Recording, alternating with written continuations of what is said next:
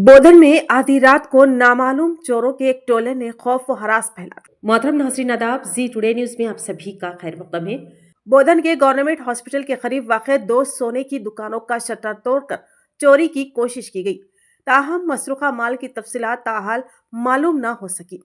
वाक़े की इत्तला मिलते ही पुलिस मौके पर पहुंच गई और तहकीकात का आगाज कर दिया। शहर में बढ़ते हुए जराइम पर अवामी हलकों में तशवीश पाई जा रही है, जबकि पुलिस निगरानी पर भी सवालात उठाए जा रहे हैं।